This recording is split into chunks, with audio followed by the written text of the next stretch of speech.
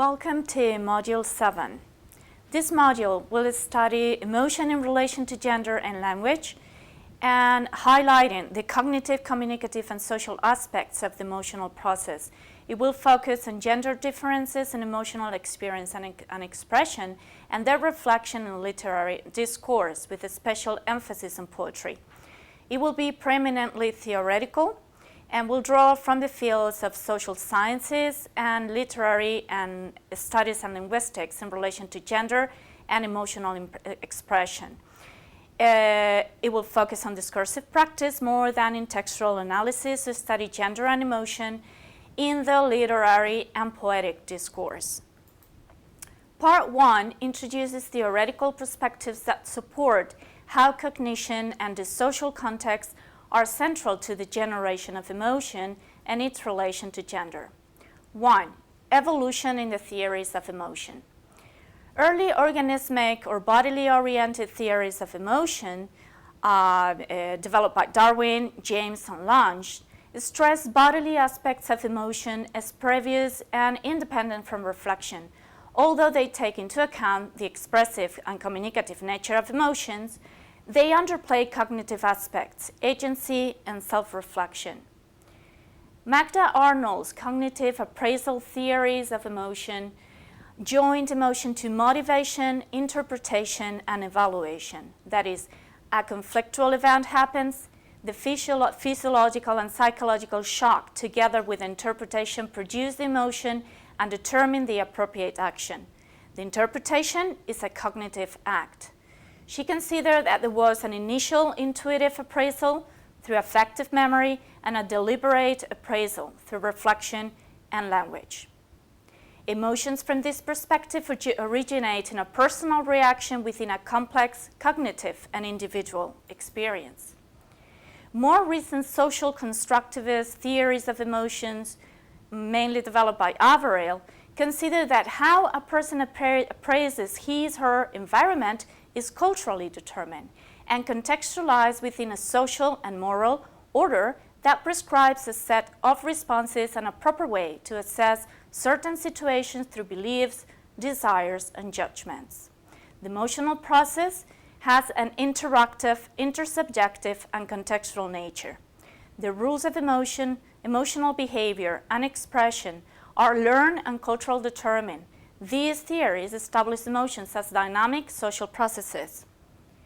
Here you have a diagram showing the development of emotion from the perspective of the different theories. The first one emphasizing how environmental stimuli results in body response and feeling, and then action and motion. The second one, the cognitive, implementing appraisal as intuitive and primary first, and then cognitive, a complex cognitive appraisal and reappraisal that influences reassessment of response, feeling, and action. Therefore, it's able to modify emotion.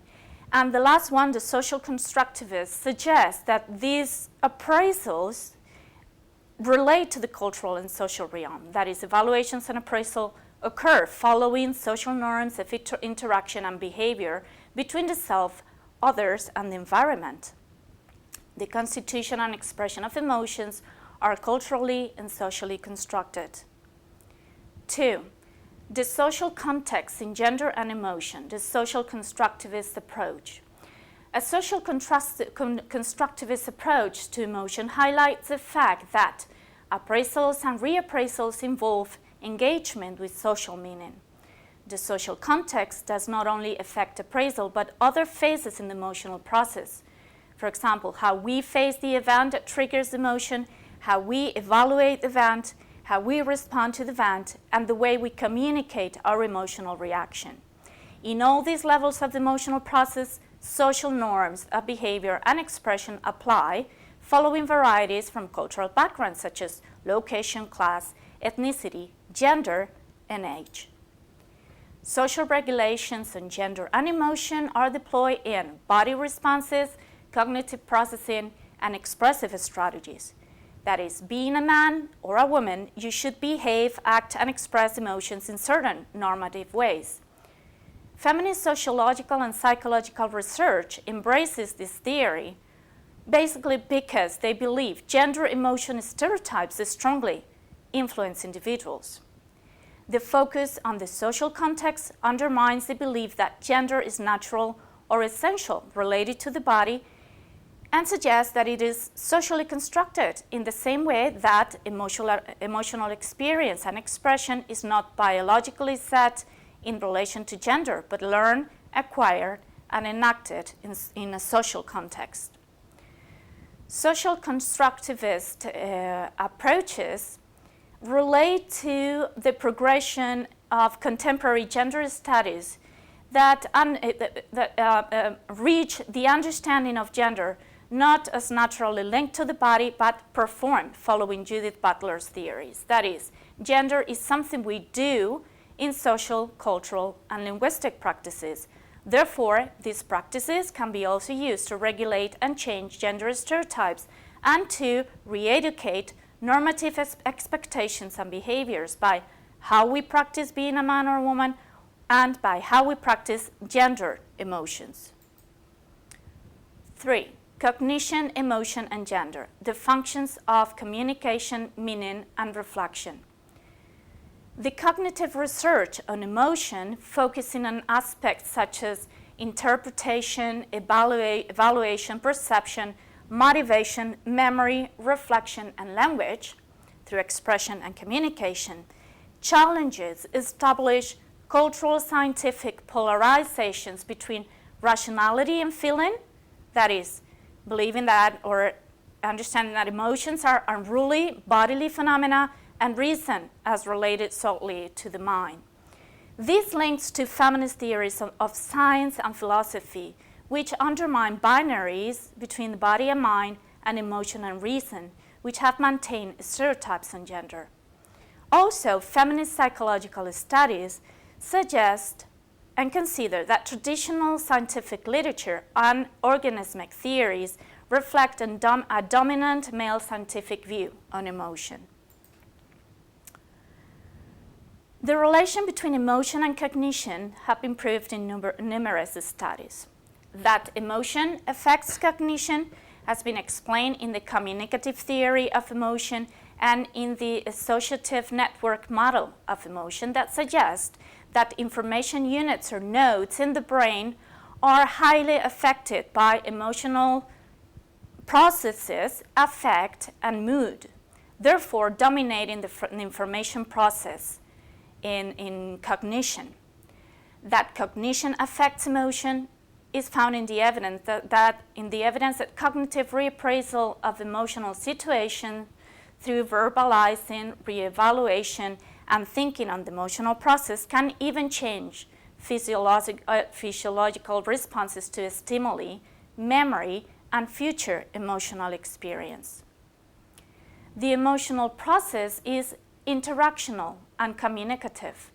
It is cognition which enables us to decode the meaning and to evaluate the initial event through memory, to position ourselves in relation to that event through reflection, to communicate to others our evaluation and position through affective expression, through language. Emotions are active attempts to resolve contradictions, conflicts, through the search for meaning and intelligibility. In this search for meaning, we choose positions and express and communicate to others those positions, provoking action that change ourselves in relation to the environment. Emotions then are dynamic cognitive processes of interrelation. Affective expression and communication through meaning and language completes the emotional process in two ways, from sense to symbol. The sensorial responses to the environment transfer through cognition into a symbolic level of self-reflection. Senses and body perceive, but cognition and language through meaning make emotion available to ourselves and to others in interaction. Impact emotion. Emotions involve others. The communication of emotion is directed at modification or impact on environment and others, provoking change in the relation between the self and the world. Emotions are the psychological energy to move and to act through distance, closeness towards goals. Language and communication of emotion puts the symbolic somehow back into material reality by affecting it through motion action. The emphasis on cognition in emotion relates to gender in different ways. Scientific evidence has shown that men's emotional processes are highly bodily oriented through self-perception of organismic response. Women's emotional processes rely mainly on cognitive and situational information. This is interesting because it challenges a stereotypical belief on the emotional woman somehow. The concept of agency. Language, self-reflection, and memory make the emotional subject agentic with the strategies for regulating emotion. This is important for feminist research methodologies because women become agents of their experiences of emotion, and it also provides agentic qualities to gender construction in emotion scientific discourses. Conclusions for part 1. From body-oriented theories to social constructivist theories of emotions, we have seen that the evolution in research towards a social and cognitive understanding of the emotional process.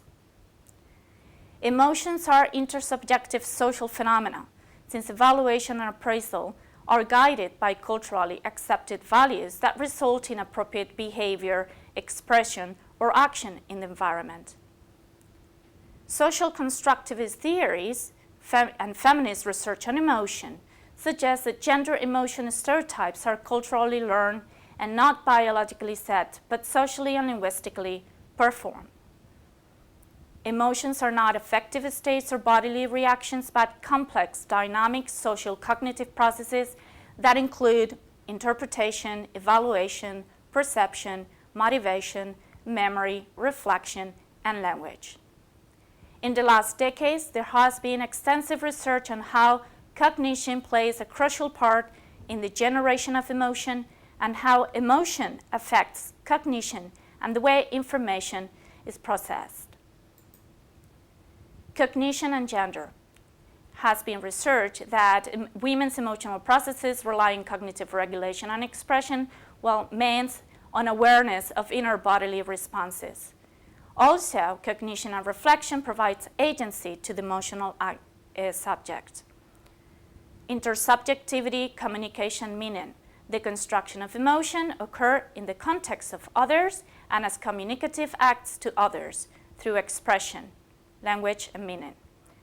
Finally, the social aspects and the cognitive aspects reveal the engagement between the self, others, and the environment in emotional processes. That is, society regulates emotion and gender in the individual, but individual cognitive processes through reflection, reappraisal, and communicative and expressive strategies can modify social regulations on gender and emotions.